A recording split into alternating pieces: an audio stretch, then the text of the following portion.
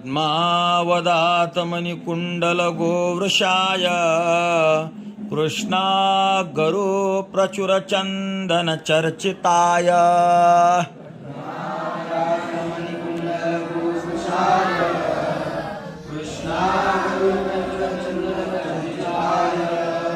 भस्मानुषक्त विकचोत्पल मल्लिकाय नीलाब्जकंठ सदृशाय नमः शिवाय।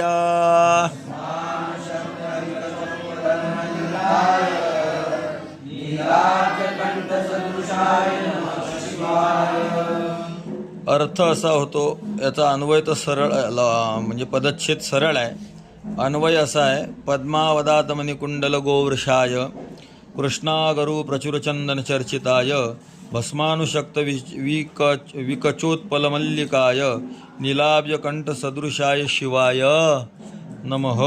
याचा अर्थ बघा, पद्मावदात मणिकुंडल गोवृषाय, इथं चतुर्थी आहे प्रत्येकाची, 4 शब्दांची चतुर्थी, 5 शब्दांची चतुर्थी आहे।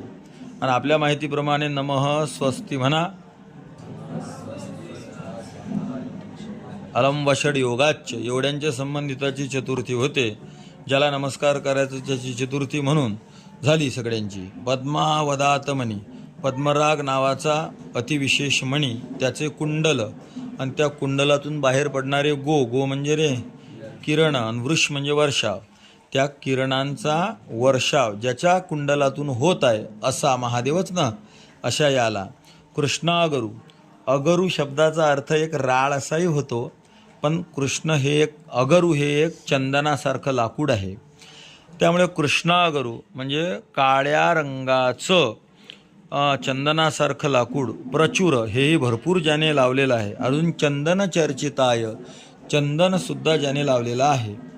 आणि प्रचूर पदाने इथं दीपक अलंकार होतो, एक विशेषण अनेक ठिकाणी वापरलं की त्याला कोणता अलंकार म्हणतात? दीपक। तसेच भस्मानुशक्त विकचोत्पलमल्लिकाय, भस्मानुशक्त हे अनुशक्त पदसुद्धा दीपक अलंकार बनवते।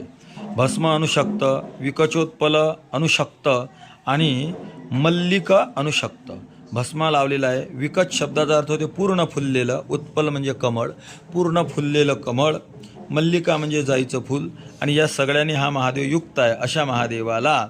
अजून नीलाब्ज कंठ सदृशा, याचा कंठ नीलाब्ज, अब्ज म्हणजे कमळ, निळ्या कमळासारखा कंठ आहे अशा शिवाय, अशा महादेवाला माझा काय आहे?